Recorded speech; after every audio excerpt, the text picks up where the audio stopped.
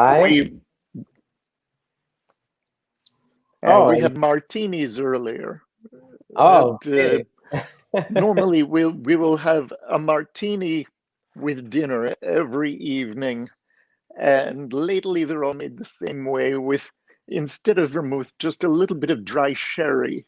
And Okay, then cool. we go for Gibsons. But Okay, for the onion, there are these tiny onions that are used with Japanese curry. If okay. you have I curry in probably I Japan, haven't they always seen serve this that. cluster, you know, pickled pickled green onion stems, just the white portion. Okay, very And interesting so to we've know. been using those in our Gibson Mm-hmm. and putting it in the glass with the ice and the water while the glass is chilling to just rinse the onion a little bit, just to Okay, make the perfect balance of a Gibson. great, great. I never tried those onions. What you say? So, Jared, we actually are live, and now I would like we are live. We're having this conversation live, but it's meant to stay because it might not be a lot of people who will listen it live.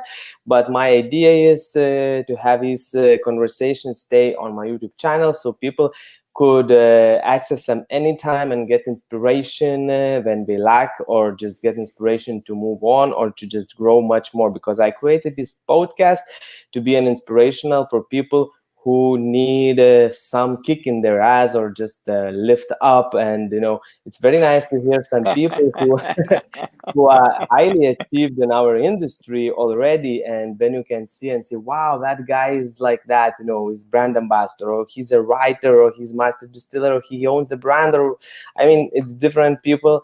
So it's really cool because it lifts me up. So I believe there are more people who sometimes needs lifting up. So I would like to share that, and that's why I bring such an outstanding people to my podcast. And today I'm really very honored for you guys, everybody, to present a very, very special person. He's a true legend in hospitality, drinks, and cocktails industry. I don't know if I will mention all the titles, but I think we will find out everything in this conversation. But this person is really an award-winning author of many cocktails and drinks books, cocktails historian. He is also a master distiller of the very known brand Sip Smith. Sip Smith. For me, it's a bit difficult to pronounce so fast as I'm not native English speaker. Sip Smith's gin. And ladies and gentlemen, I would like to present you Jared Brown. If there's somebody who doesn't know this person yet, so it's a time to really get know this person, because if you are in this industry, I believe you should know Jared Brown. And to start, actually, I would ask a lot of questions, or Jared will tell a lot of things what I would like to know. But to start, I would like to share my story, my short story, how I met Jared Brown. I don't even know if Jared remembers that.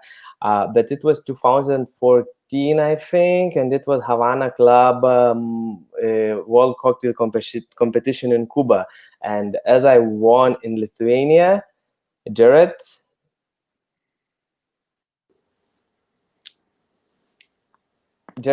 I don't see you. Oh, you're back. Can you say something? I can't hear you. Can you hear me? I can hear you, yes. This is very strange. You've gone silent. Okay, Hang on. let me see. Wait. Maybe I've Now, got you back. okay, can you hear me? No, you're No? silent. Okay. Ah, Let me see. Maybe once it happened that my sound disappeared. So I will check. hang on. Technical difficulties. Oh Let's yeah, oh, see. yeah. I will check. Okay, I see. Hang on. Technical difficulties. Let's see. Okay, I see that on the podcast. No, The you people seem to. The sound has just completely cut off on my side. really. Oh dear. Do you hear me? Ah, No. nothing. No sound. Yeah, I thought maybe it was the AirPods, but I took them off. I switched over. I went back in. It doesn't work. Yeah. Nothing. There are a couple of people watching us now, so I would like to ask you guys who are I watching this don't see a podcast to way write to if you fix can this hear from my both of us. side. Microphone muted and back.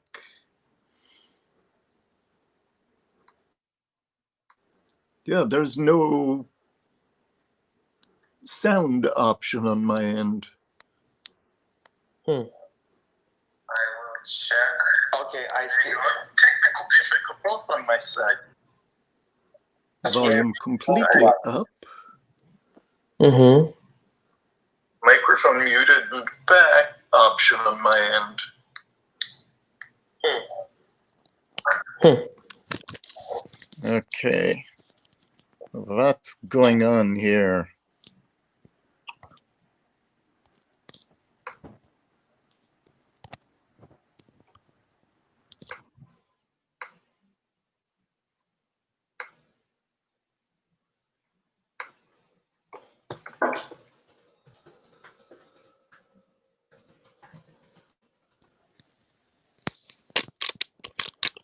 Jared, Yep, can you hear me sound now? is working on my side. I just managed to play a few notes of AC/DC. Okay. So that's all good. So do you hear me? Can you hear me? Or no? Nothing. Nothing. No. I tell you what, if you like, you can message me questions on Messenger. I can, let me grab a second machine. I'll be right back. Okay. So everybody who is watching this podcast and see these difficulties, technical difficulties now, just sound on my end in this skip a little bit to then we will fix everything and start to talk. And that's it. Crazy. Okay.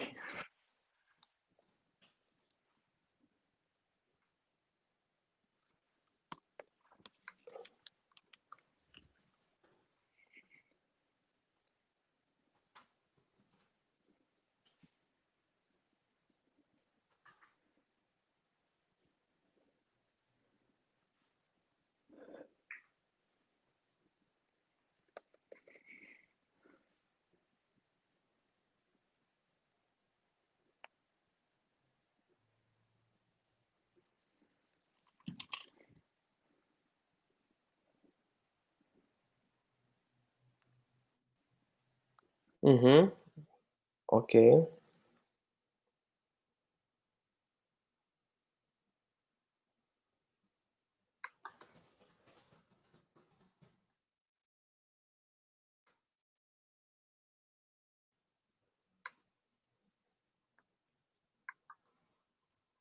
Okay. I think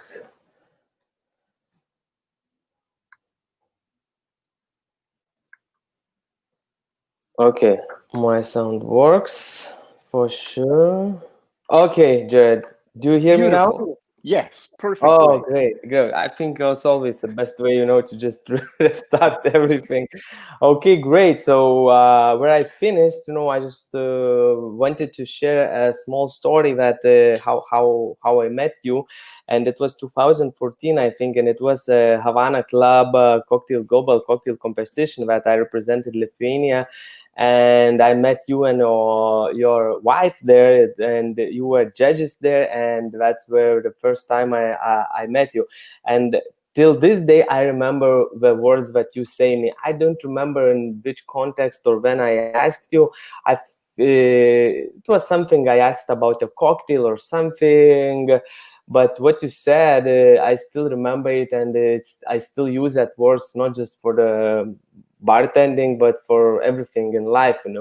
And you said me that the perfection is met not when there is nothing more to add, but the perfection is met when there is nothing more to take away. And those words really got deep into myself, because it was really very powerful and very meaningful, and it really helps me. How I say helps me? I really use them to these days when I'm creating cocktails or when I doing something else in life, and I'm trying to think. So these words really plays a role in my life. So thank you very much for that, Jared. It was a great words that impacted my career, I guess, my success in this career. So thank you very much. And now I would like to hear your story and to share it with the people who will be watching this podcast. So the first thing I would like you to know, how did you get involved in drinks, cocktails, bars?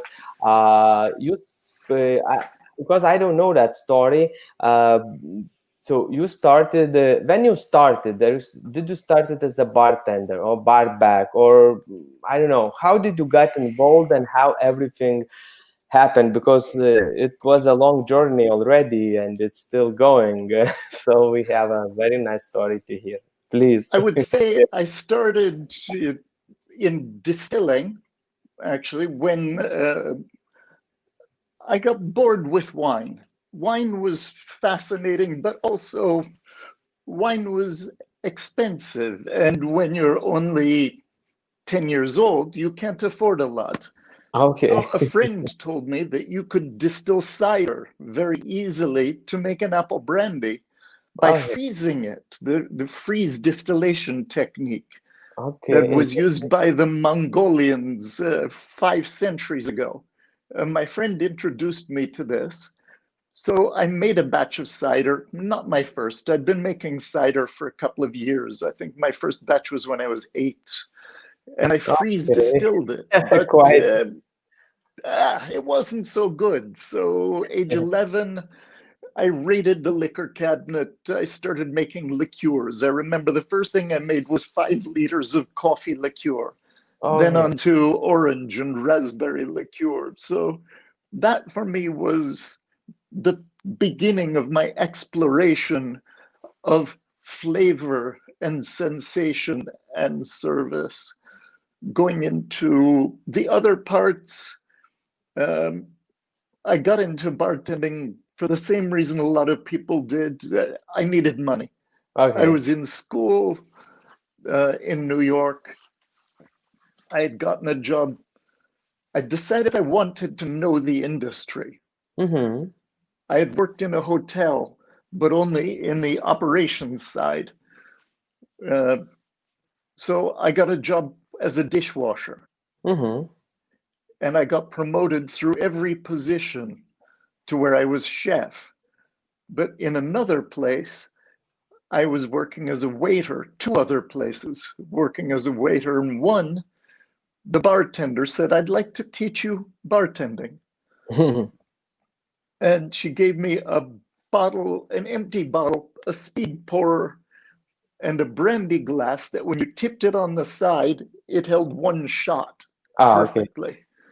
And she said, 4 count and tip it. When you can do a perfect shot 100 times in a row, you're Okay. ready to step behind the bar.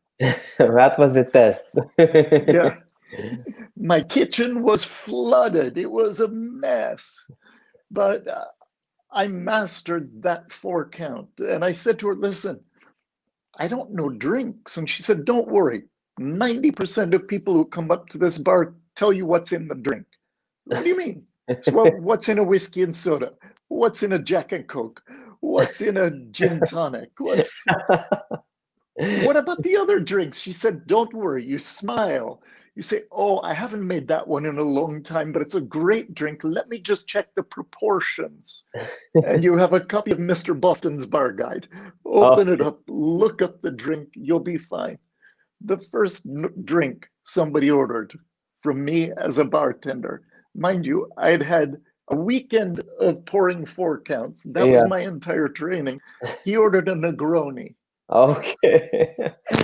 Oh, it's a great drink, but I haven't made it in a while. Let me check the proportions. One, Okay. one, and one. I made him a Negroni. He thanked me. Then when he finished it, the words you never want to hear when you've just served someone a good drink. That was great. Can I have a beer? The sound of ultimate failure. Yeah. And years later, I realized that vermouth had probably been on the back bar with a pour spout in it for 2 years. Mm. Of course, it was a terrible Negroni, Oh yeah. but True. that was 1990. At the same time, I was working as a waiter at the Rainbow Room where Dale DeGroth was tending bar. Oh yeah. Cool. Very cool. And so I got a chance to start learning from him there as well. Wow. So you had a really good mentor. Oh, yeah. Yeah, I Wow. was very fortunate with that. In 1996, the first time I went and had a martini at the Savoy from Peter Dorelli. Wow. So you met all the superstars of past generation or something. Wow, it's amazing. And so that was my start in bartending, but then I worked in restaurant consulting, menu consulting, efficiency consulting, kitchen consulting, had a catering company for a while. Mhm. Then I met my wife and we got into travel writing, went off to the Pacific Northwest and we wrote half a dozen travel books on the region. So we reviewed a few hundred bars Mhm. as well.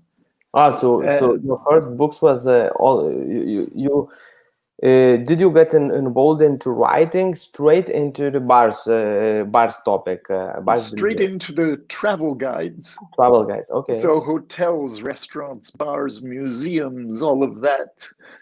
But in 1995, a friend of ours said, "Hey, you know this internet? I think it's going to be big. You should get on it, build a website."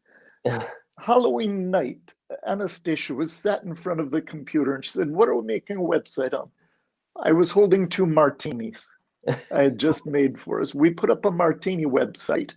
It exploded, and 6 months in, an editor from a big New York publishing house emailed and said, "I want to turn it into a book." Wow, And this is amazing. how we didn't intend to write what became the world's best-selling book on the martini.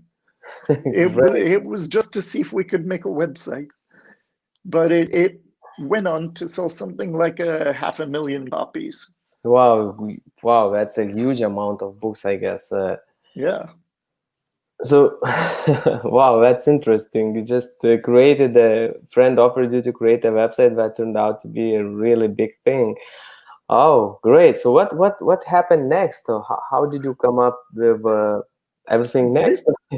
I would say this is really the big secret was when opportunities come, the easiest thing to do is say no. Okay. But to say yes, that is stepping out into the unknown, off the cliff. You never know what's there when you say yes. But we said yes to writing this travel book series about a place we'd never been to. Yeah. But we went and lived there 3 years and got to know it well enough to write these books. After that, we headed south. We discovered this guy was opening North America's first micro distillery restaurant, the Bartender in Boise, Idaho. Mm-hmm. And so we went over and we met Kevin Settles. And he asked if we would be interested in helping him create a gin. We'd never made commercial gin before. Mm-hmm. But you had We said, experience for distilling from childhood. yes, exactly. And from other times when we met, we were living in New York. We had a small glass still on our coffee table. We would take a wine, put it in the still, distill it while we were having dinner. So the first glass you had of the meal was a little glass of this wine. The last glass you had was a grappa made from that wine. Wow. Wow, that sounds very interesting. Never thought of that.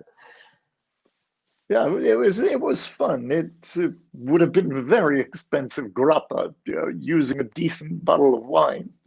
You could never commercialize it, but yeah, finding ourselves in Idaho, we said yes. We ended up distilling about 100 different botanicals, each separately, to learn the character and the nature of each of them, and then blending them with pipettes into a pitcher of alcohol.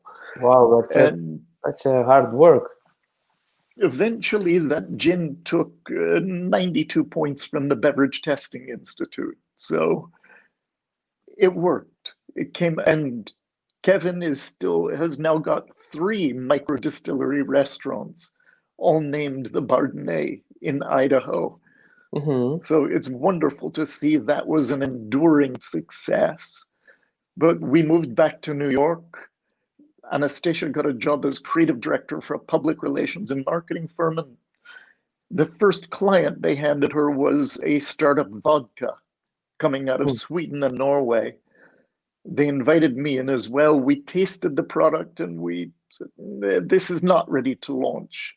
And they were very insulted. But the oldest one said, can you do better?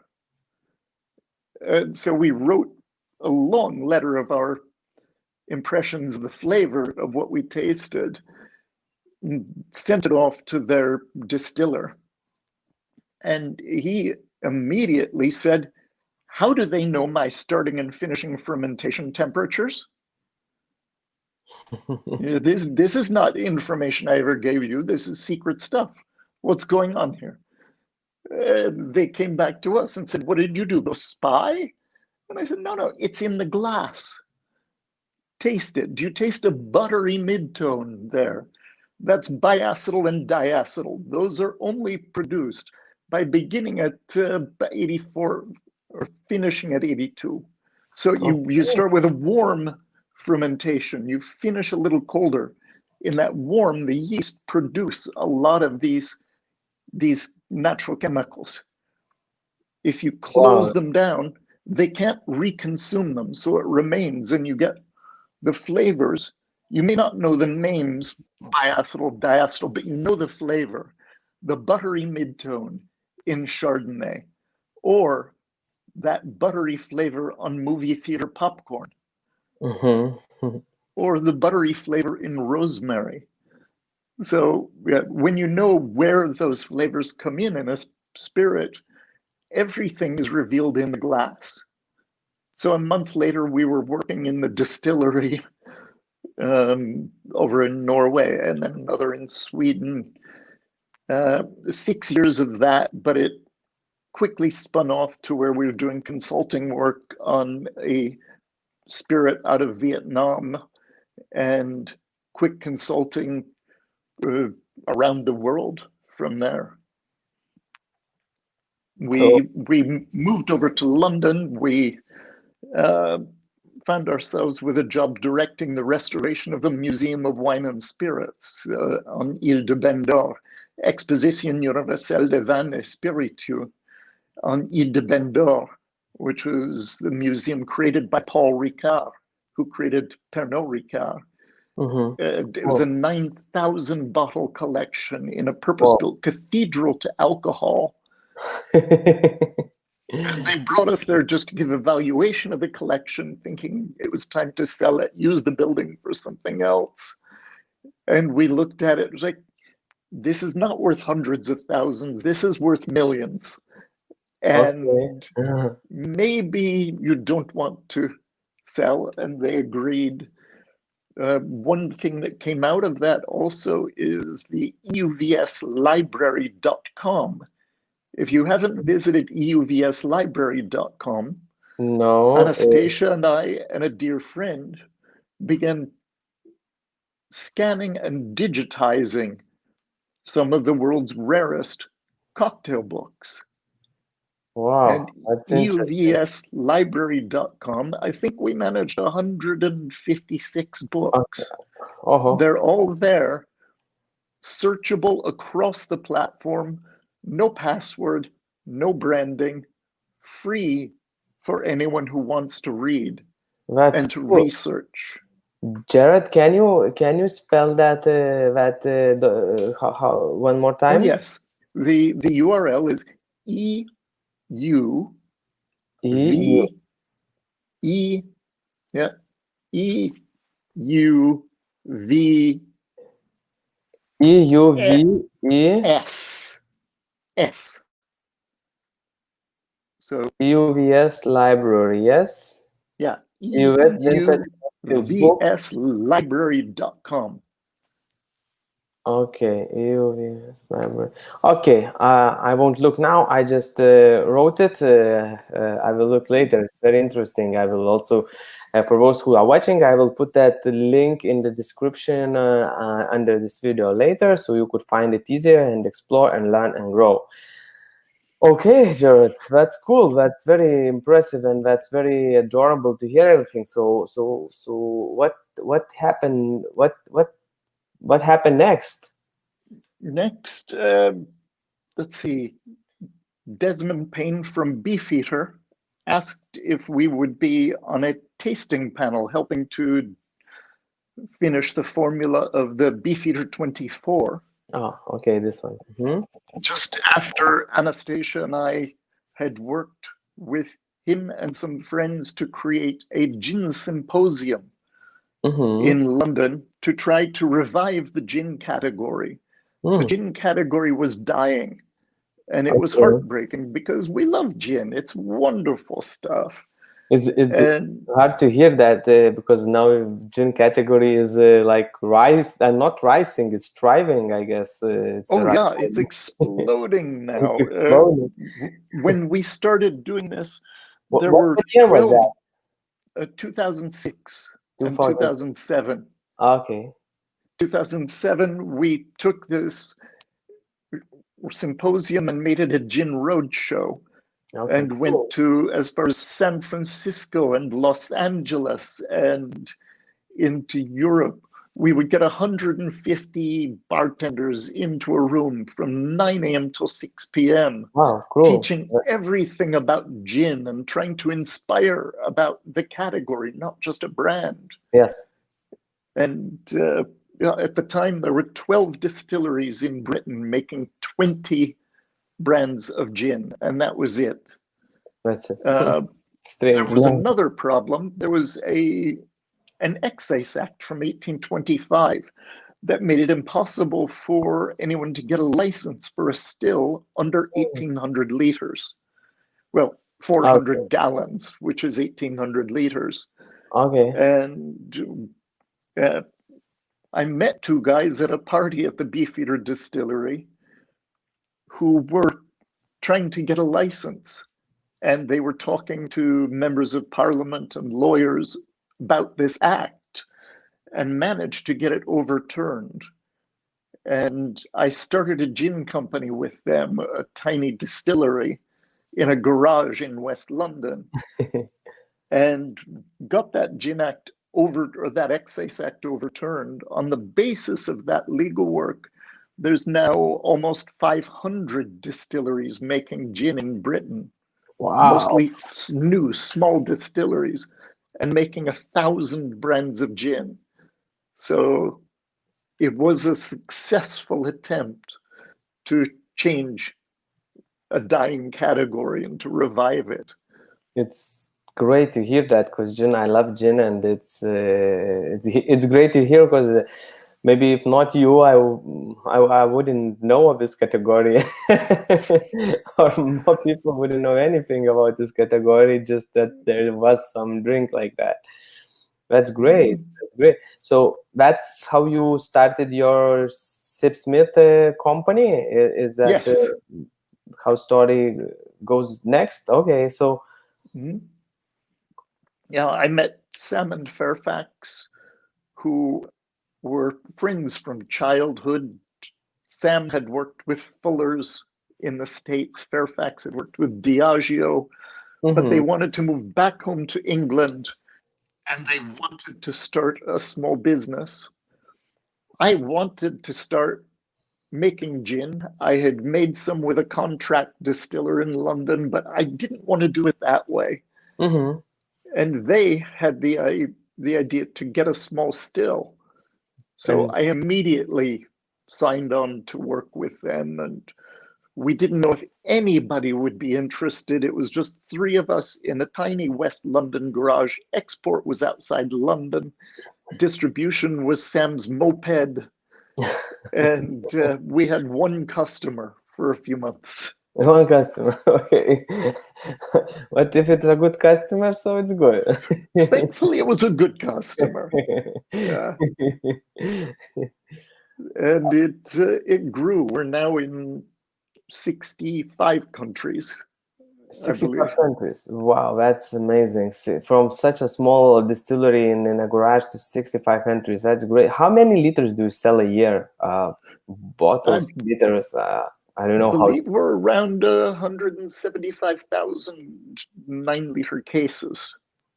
9-liter cases, so it's basically around 2 million liters, something like that. So, whoa, that's a lot. 2 million liters. But it sounds a lot. I don't know. You know better. It's still made exactly as we made our first batches, with a heart cut made. The heart cut is set not by the tables that you can get that tell you how to set your heart cut, but by this, because you can smell when the heart cut begins, and you can smell when it's finished, and the still is far more accurate than any book on how to use that still. And so we still believe very much in making things by hand, and that no machine and no calculation can ever replace the beauty and the artistry of making something by hand. It's like the difference between a beautifully made cocktail or a branded bottled cocktail. Yeah, I understand you. Yeah, I would really love to visit your distillery. I hope when I will come to London Would love someday, to have you there. you make me a tour. I would love to see all those processes and to learn a bit more, because I'm bartender, but don't know so much about distilling. You just know in general, but all those small things is really very interesting. Jared, so what's your favorite category of drinks? Is gin probably, or just... Oh, now you're asking a challenging question. It's like choosing amongst children, which is your favorite. Kind of. Now, I love very much. I love gin, but I love rum. Obviously, I love whiskey. I love bourbon. Okay, I will even vodka. I do love vodka. I love good vodka. Okay, I will ask differently then. What would be one category of drinks to take out? Let's say one category, not what but you like the most, but the one that you probably like the least. I confess, I struggle with mezcal. Mezcal, okay. Mezcal, which I was just reading a description of mezcal from 100 years ago. And the writer said that he could not understand why anyone drank it, and he assumed they drank it because they were depressed and this was their means of suicide, because they wanted it to be a painful death. But actually, I didn't know about mezcal a lot, just heard it as a category, but then I moved to United States 1 year ago. So here mezcal is becoming like, it might become a big thing, might not, because it's very specific, but I just had an opportunity to taste already a couple mezcals, and some of them very high quality, as artisan that we call, and it's really, for me, it's very interesting category. I couldn't say it's my favorite, definitely, probably not, but yeah, it's challenging for most people. It's challenging because probably it will never become as gin became, because it's more specific and more niche drink, definitely. I like it for its intended purpose, which is for very rare religious ceremonies. Okay.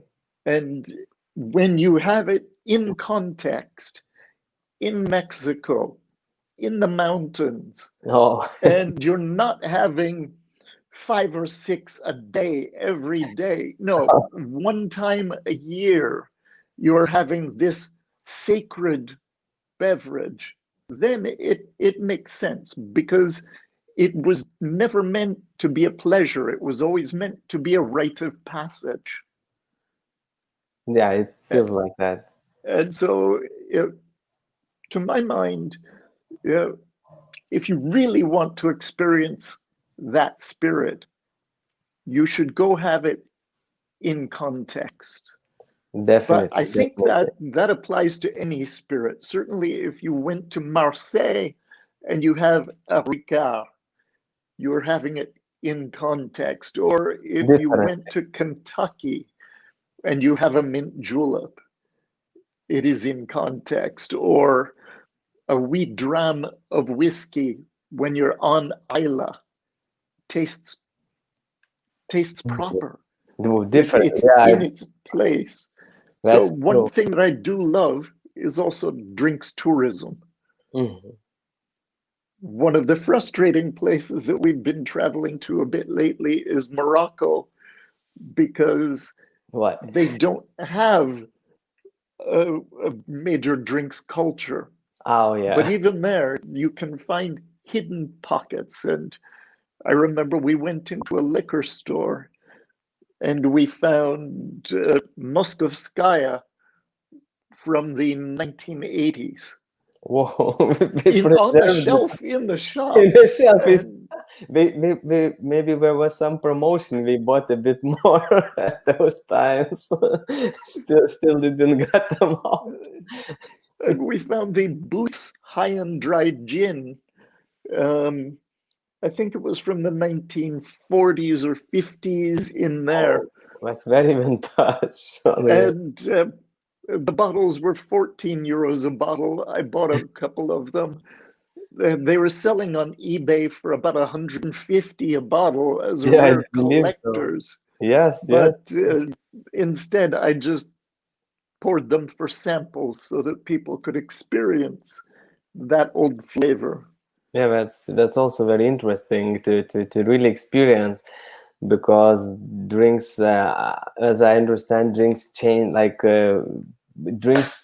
a lot through, like, it's hard to realize how, let's say, not bad, but probably low quality way there, like 100 years ago, compared to nowadays technologies and everything what now could make very clear drink, very safe in a way that it won't contain any poisonous materials, like.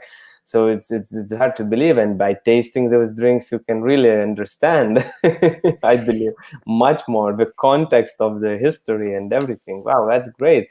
I so admire your travels and all your experience. It's so interesting.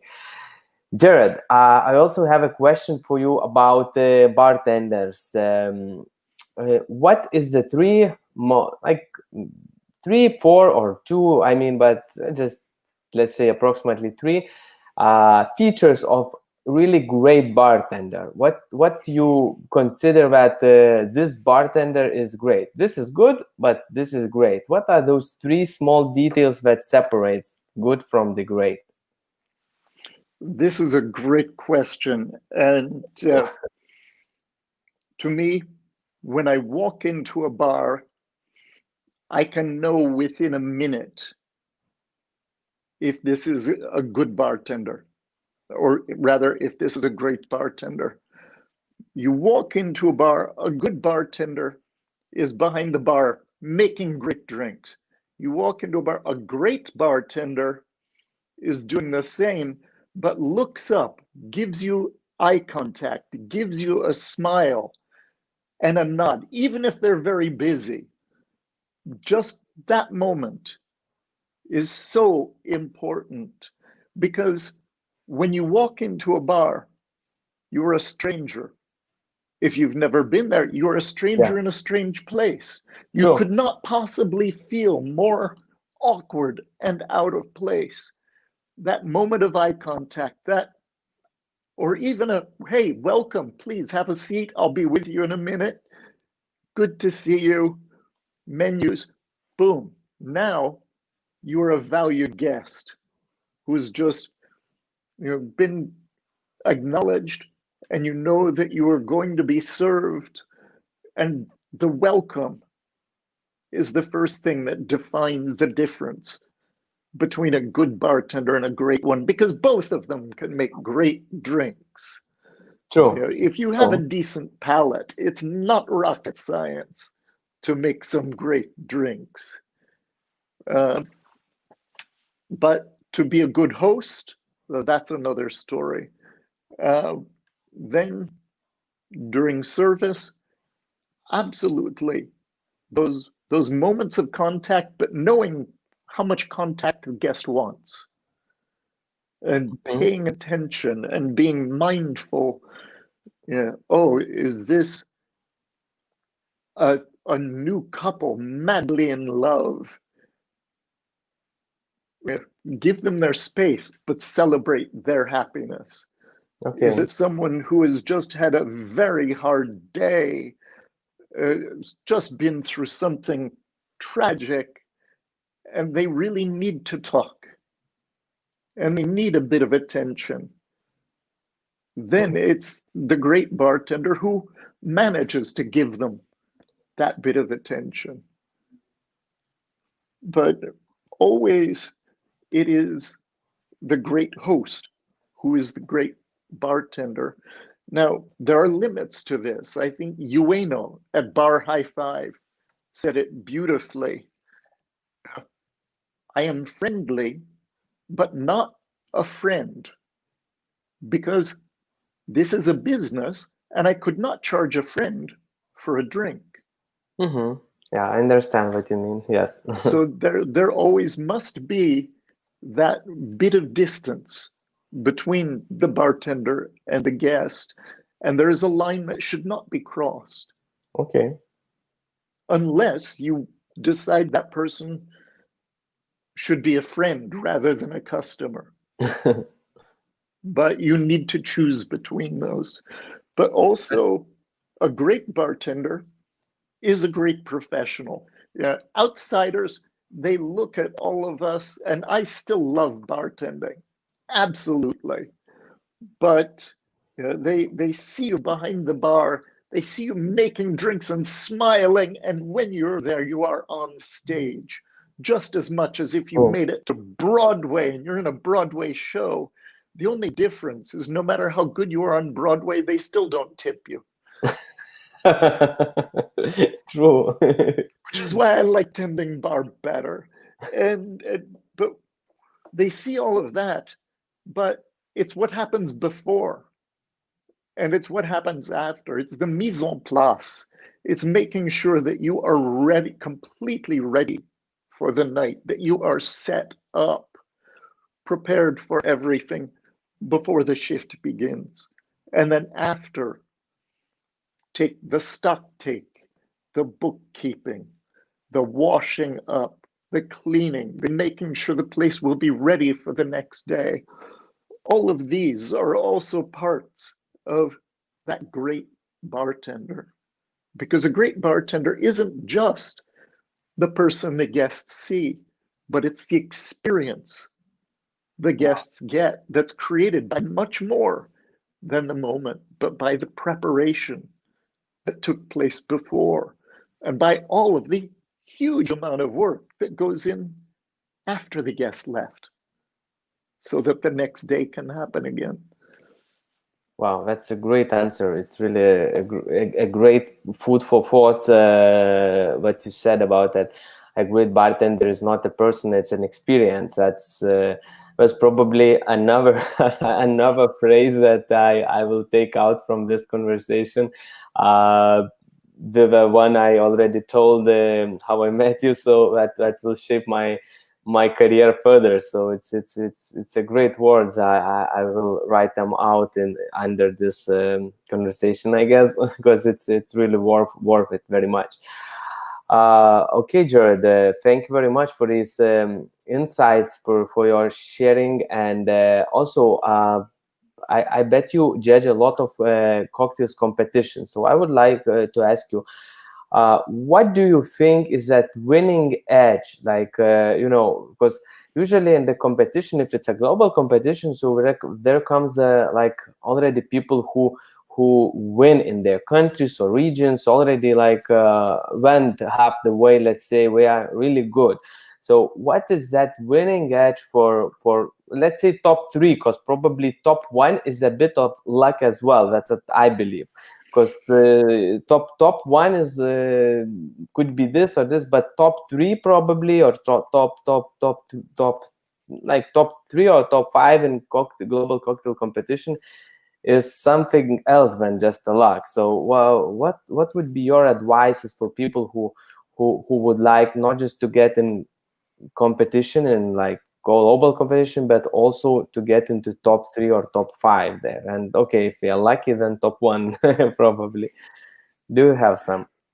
The first thing I would say is generally experience makes a huge difference. So don't save it all up to enter a big competition. Enter every competition if you want to win. Become comfortable with competing first.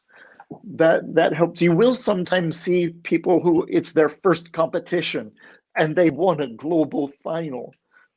That is luck, personality, but also confidence. And it does take confidence. Confidence can be already inside you, or you can build it through experience. But once you've got the confidence, when you take the stage, it's very important that you own that Yeah. stage. You look around, that bar is dirty. You apologize to the judges, say, please, just give me a minute, and you make it yours. They will never give you a penalty on time if you do that. Okay, They cool. will always let you get away with saying, hang on a minute, let me just tidy this up. And while you're doing that, you can also always check, make sure the judges have water. They Okay. will always appreciate that. And sometimes they don't. Sometimes they're out of water. Give them a bit of water, because also before they taste your drink, you want them to have just sipped some water. It will clean their palate. Mm-hmm. And so this helps. Knowing a bit about the brand, essential that you can speak about the brand. Be comfortable. If you're not comfortable mixing and talking at the same moment, then separate them, but do both quickly. So talk a little about the brand, then focus on mixing your drink. If you make a little mistake while you're mixing, here's where experience comes in. You're stirring down a drink, an ice cube goes flying. The first time bartender in competition, he looks like this. He loses points. I know myself The happened. stirring down a drink, the ice cube goes flying. The experienced bartender goes, that was great. Actually gains points for a small mistake, Yeah, definitely. because the judges aren't watching the mistake. They're watching the Experience, bartender's I guess. confidence and the reaction. So, yeah, it's being comfortable. It's being ready for that little drop to spill. Don't sit there thinking, oh, they're going to take points off that. Sit there thinking, I love this job, and train yourself to laugh at those Okay. moments. Smile and laugh when that ice cube goes. Do this every time when you're working behind the bar, when you go into competition. At the least, you will not lose points for that. Likely, when it happens, you'll gain a point off of one of the judges because they love your spirit. So that to me is a huge part. And then the drink, To me, there's a beautiful art when you're pouring out multiple drinks for the judges. Don't spend 10 minutes going back and forth and back and forth and back and forth. You're a professional. If you're worried, with a frothy drink, yes, you want a bit of the different levels into each one, but just maybe 1, 2, 1, 2, 1, 2, done, and they should be perfectly even. Don't sit there going, oh, I'm knock a few more drops. Oh, a few more. Let's wait. More drops. Ice will melt a bit. The judges are sitting there waiting for a drink, by the way. So they don't like a lot of delay with that. So get good. Or if it's not a frothy drink, I love watching a bartender who can just pour straight down a line of 4 drinks. 1, 2, 3, 4. They're all the same level. Put that empty tin down, serve those drinks, and you look so much better than the other bartenders. But a little eye contact and a smile while you're talking, a nod, a wink while you're shaking, to the judges, connect with them. Let them know that you're doing this with them. It's huge. Look out at the audience. Be comfortable. Pick out friends who are out there. Smile at them. If there aren't any, pick random people. Smile at them when you're in competition, because this is also what they're looking for. This is the positive energy that they will taste in the drink. Oh, also make a good drink. Get the balance right. And the way to do this, I was judging a UKBG competition years back, and this one young bartender came up to me afterwards and he said, "Hey, you judged my drink, yeah? I got one question for you. Why didn't my drink win? It was the winning drink. I know it was." And I said, "Well, you have a great question. Before I answer you, I want you to go make 2 of your drink and sit down with me. Let's sit down with those drinks." So, oh, okay, great. And he went off. He made 2 of the drinks. And he sat down in front of me. And I raised my glass and he raised his and he sipped and I put mine back down and he looked at me and I said, "Keep going." "What?" "Keep going." And I slid the glass he'd given me back over to him and I said, "I want you to drink both of these and then I will answer your question." And by the time he got to halfway through the first one, he slid them back and he apologized. And he said, I will make a better drink next time. And he walked away. And I called back to him and I said, "Do me a favor. Before you enter another competition, stop using a straw to test your drinks." I knew exactly what he had done. And he looked at me and said, "How did you know?" And I said, "Because it's far too concentrated a flavor.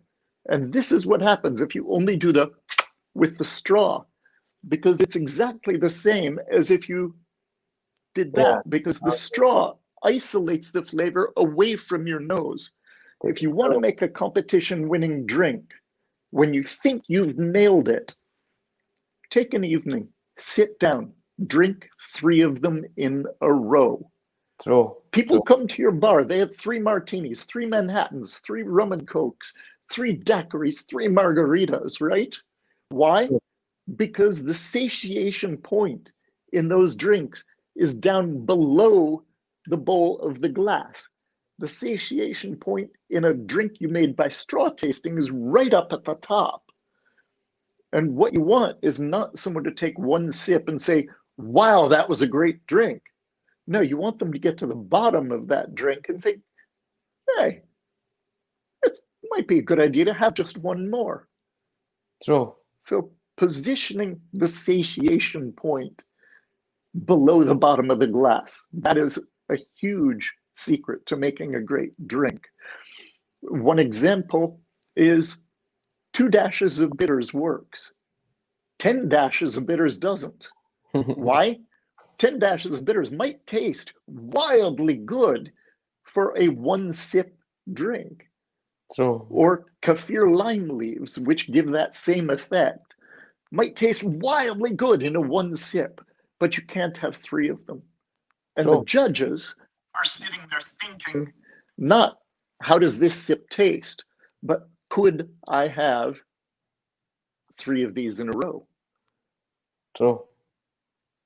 So it's not as tricky as it sounds. Like I said, if you want to know the answer, sit down, have three. Probably by the time you finish the second one, you will either know exactly what you need to fix: too much citrus, too much sweet, too much dilution, not enough dilution, or you're going to know that you have absolutely made the Winner. competition winner, the world beating drink.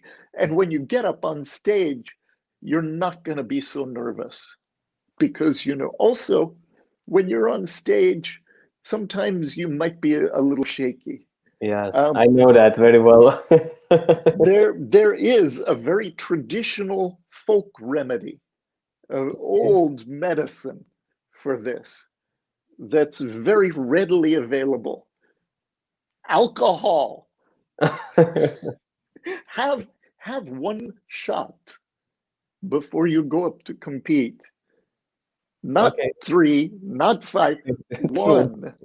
one small bit of alcohol, unless you're driving, in which case you probably shouldn't be competing that day anyway.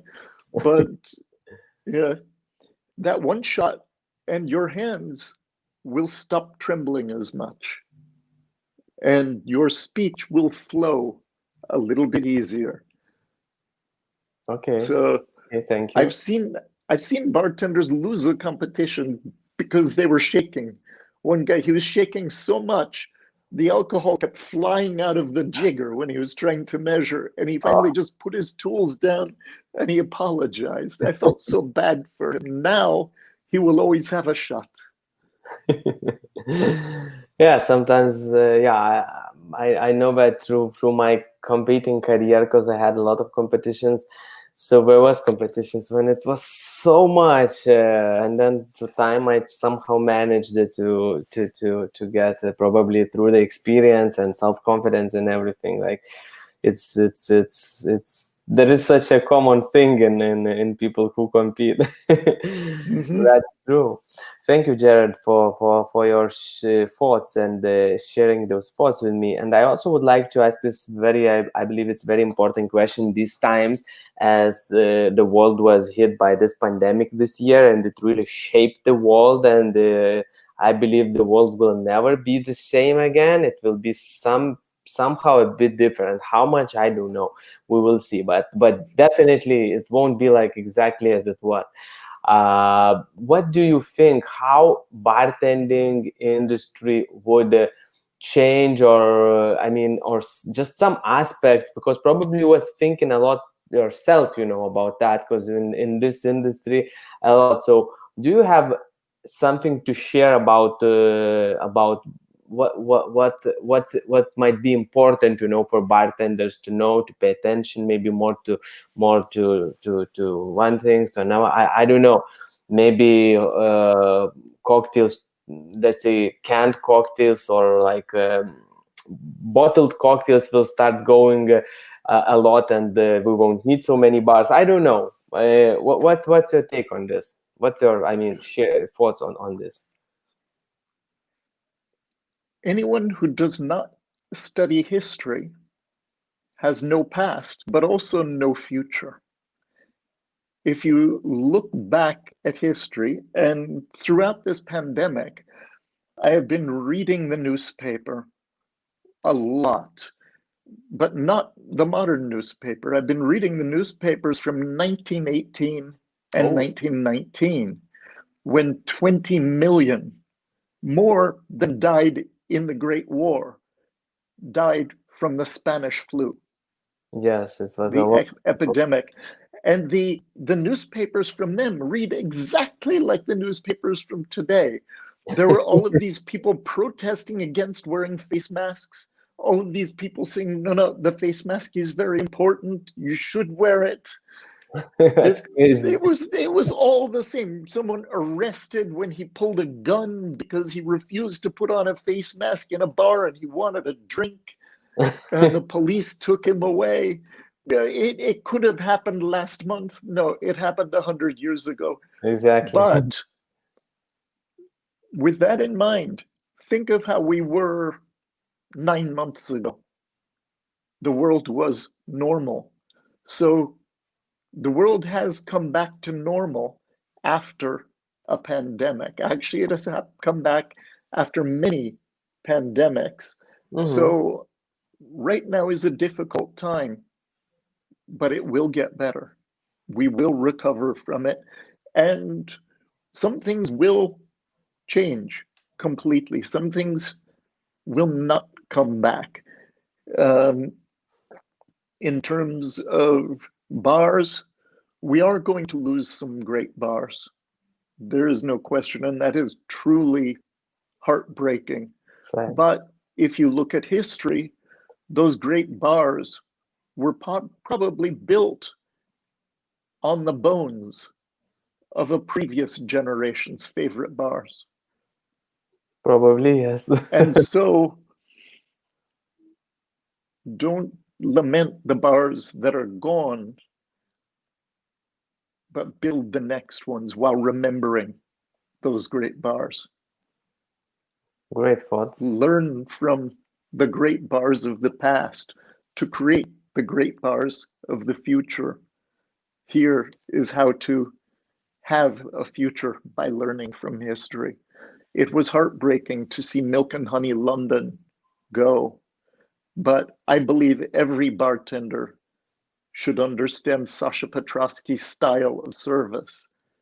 Sasha, who created Milk and Honey back Yeah. in 2000, 2001, starting the whole speakeasy movement, but his service with the beautiful metal tray, simple metal tray with a black non-skid pad on it, and then a small candle in the middle.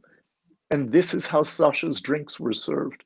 This is how Sasha made drinks very special when they came to the table, because they had, and he also used electronic light, the little battery candle, Yes.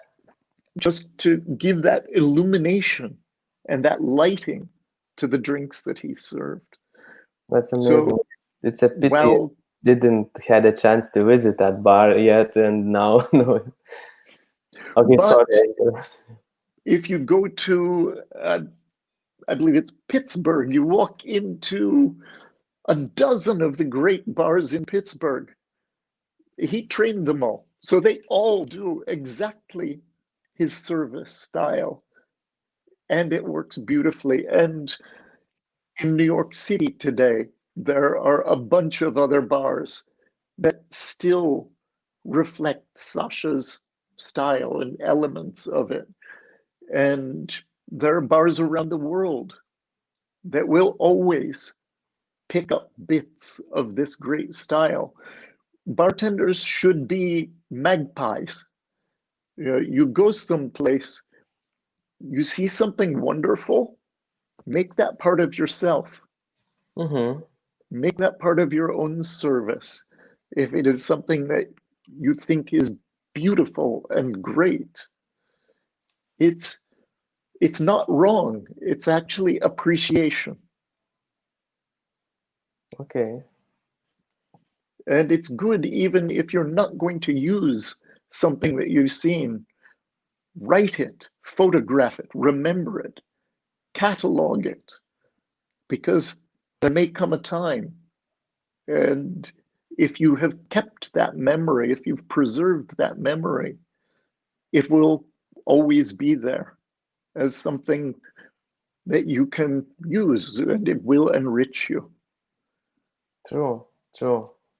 I agree with that very much. Sometimes I do that when I see something nice, something that I think it might be worth to implement, or today or maybe in the future. I always take a picture. Sometimes I watch pictures like from long time ago, and oh, that was nice. I forgot that. Mm-hmm. Yeah, Oh cool. yeah. Thank you, Jared. Thank you for your insights. And one last question for you. No, actually, couple easy questions. What's your favorite cocktail? What's your favorite cocktail? Or maybe three cocktails. Let's say three Let's cocktails. see, what time is it? Okay. I would say before breakfast, Ramos Gin Fizz. Okay. It's a great, depending on where you are, before breakfast, if you're in Scotland, a very light whiskey, just a wee dram. With breakfast, a red snapper. I dearly love that gin Bloody Mary. I think it's a gorgeous drink. After breakfast, it would be an espresso martini. Very good. Very nice. At lunch, depending on what's being served, it could be anything from a 50-50 martini, just half gin, half dry vermouth, an ice-filled wine goblet, big lemon twist, or it could be a shakari, which is a daiquiri with a bit of ice-cold lager poured into it. Oh, cool. Never tried that version. I'm just thinking of a very good lunch and what we were drinking that day. It Okay. was such fun. I dearly love the old fashioned. I think it's a wonderful drink. Cocktail king for me. Yeah, and the Manhattan as well.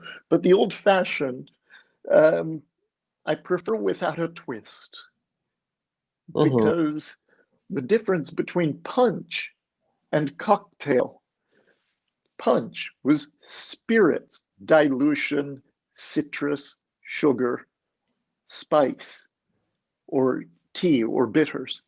Cocktail, spirits, dilution, sugar, bitters. The difference between cocktail and punch, cocktail was just punch minus the citrus. So when you put a twist onto an old fashioned, it's no longer an old fashioned cocktail. That's an old fashioned punch. Oh, You've good. just gone back to the drink the old fashioned was born from.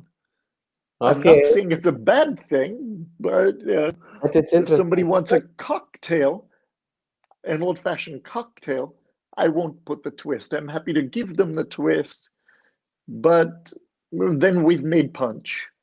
Okay, that's interesting thought. I've never thought of that. True. Uh, wow, it's interesting. It's very interesting to talk to you, Jared. You have such a huge experience and things to share.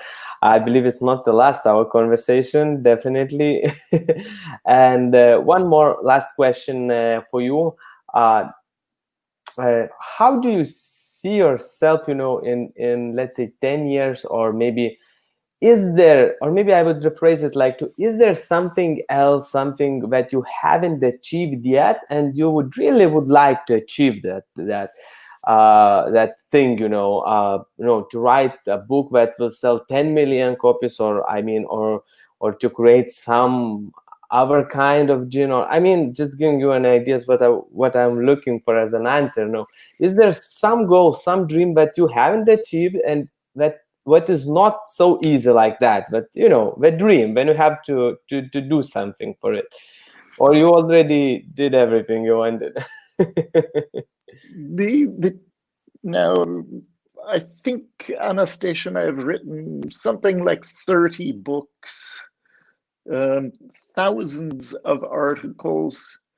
We have worked on countless spirits around the world. There's Sipsmith.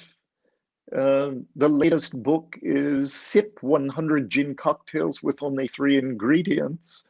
And it begins with the quote, my driving quote, which you took to heart, that perfection is achieved not when there's nothing more to add, but when there's nothing left to take away. But I think what I would like to do is I would like to learn how to be satisfied, Okay, it's a good thing. how to think it is enough, and how to just relax. That, and I'd also like to get better at auto racing. Auto racing.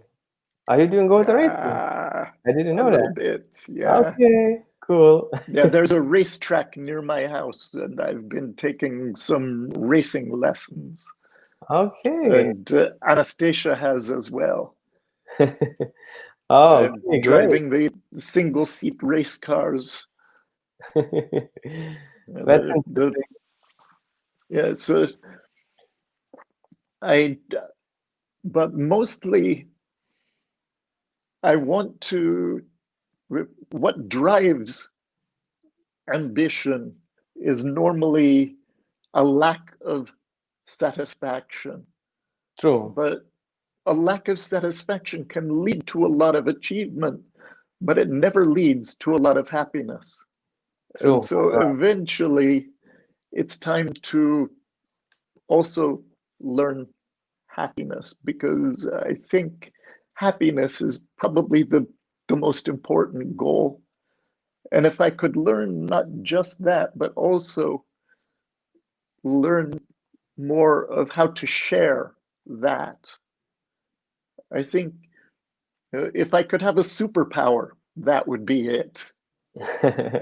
Cool. The power to just spread happiness.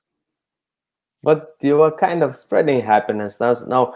Our conversation is, for me, is happiness. I'm happy to hear all that wisdom from you, and it's really gives me a lot of thoughts about how to become better bartender and better person in general. Because I believe that there is a point when you can't become better bartender without becoming a better person. So it's you already sharing that thing, and you shared with me with some people who watched our live podcast, and we will share it even more through this podcast because it will stay, and many more people will see it in the future. I'm taking that happiness from you. Not taking that happiness. I'm taking that part that you share of your happiness with me, because it's very interesting. I mean, I'm really interested by all your stories and wisdom and those insights. And as I started our conversation with a phrase that I took out from you, so I would like to finish our conversation with also another phrase that I believe that was the top thing that I took from our conversation is that a great bartender is an experience, and for me, now it like means wow, that's so simple, but it's so much things into it. So I believe that my career will be shaped by this quote because I will think differently about how to become even better person and bartender, but I will be thinking about it from the experience point of view, and it will definitely change it to the better. So thank you, Jared, very much for the conversation. May I give you one more parting quote? It comes from a dear friend, Gary Regan. Sure. The we lost him recently, the Yeah. author of the Bourbon Bible and many other great books. True. Also a phenomenal bartender. And Gary said the job of the bartender is simple. It is to make sure that people leave feeling better than when they came in. Great. That's a great quote. Thank you, Jared. Thank you very much. And thank you, everybody who watched our podcast anytime, anywhere in the world. And I just want to remind everybody that I'm trying to bring this amazing inspirational podcast every Wednesday or every week to make at least one. So I hope you get inspired, and please let me know in the comments below what do you think, what did you take out from this conversation, because it was really a very valuable and a lot of wisdom and a lot of experience and insight. So I believe that anybody who will watch this podcast will take something for himself. So I would really love to know that. So thank you very much, everybody. Thank you very much, Jared, for being my guest. It was such a great, big honor, and I would really love to meet you in person, to make some of my cocktails and drink 3 in a row. Not just me, but also you. I look forward to it, and I'm sure someday we will get the chance. Definitely, definitely. All right.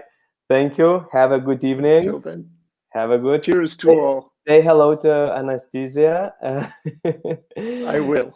Yeah. Thank you. Bye. Thank you. Bye.